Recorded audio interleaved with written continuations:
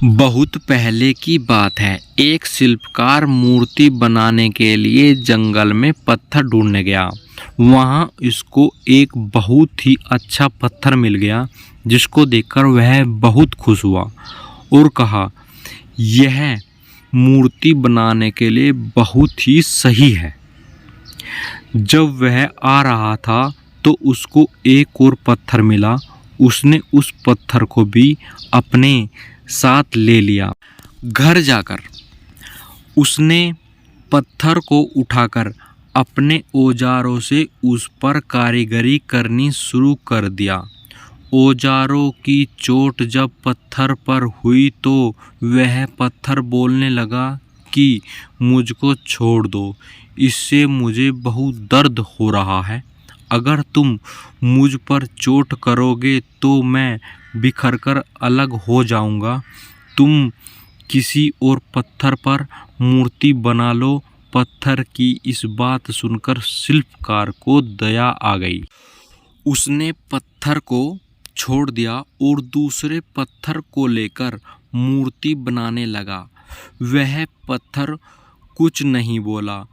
कुछ समय में शिल्पकार ने उस पत्थर से बहुत अच्छी भगवान की मूर्ति बना दी। गांव के लोग मूर्ति बनने के बाद उसको लेने आए। उसने सोचा कि हमें नारियल फोड़ने के लिए एक और पत्थर की ज़रूरत होगी। उन्होंने वहां रखे पहले पत्थर को भी अपने साथ ले लिया। मूर्ति को ले जाकर उन्होंने मंदिर में सजा दिया और उसके सामने उसी पत्थर को रख दिया। अब जब भी कोई व्यक्ति मंदिर में दर्शन करने जाता तो मूर्ति को फूलों से पूजा करता, दूध से स्नान कराता और उस पत्थर पर नारियल फोड़ता था।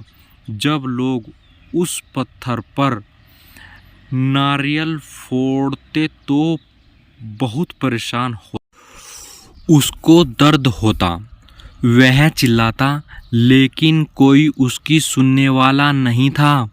उस पत्थर ने मूर्ति बने पत्थर से बात करी और कहा, तुम तो बड़े मज़े से हो, लोग तो तुम्हारी पूजा करते हैं, तुमको दूध से स्नान कराते हैं और लड्डुओं का प्रसाद चढ़ाते हैं, लेकिन मेरी तो किस्मत ही खराब है। मुझ पर लोग नारियल फोड़कर जाते हैं। इस पर मूर्ति बने पत्थर ने कहा कि जब शिल्पकार तुम पर कारीगरी कर रहा था, यदि तुम उस समय उसको नहीं रोकते तो आज मेरी जगह तुम होते, लेकिन तुमने आसान रास्ता चुना, इसलिए अभी तुम दुख उठा रहे हो। उस पत्थर को मूर्ति बने पत्थर की बात समझ आ गई थी। उसने कहा कि अब से मैं भी कोई शिकायत नहीं करूँगा। इसके बाद लोग आकर उस पर नारियल फोड़ते और नारियल टूटने से उस पर भी नारियल का पानी गिरता।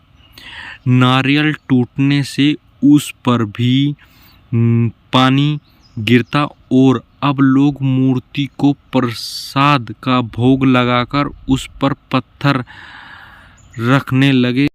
कहानी से सीख, हमें कभी भी कठिन परिस्थितियों से नहीं घबराना चाहिए।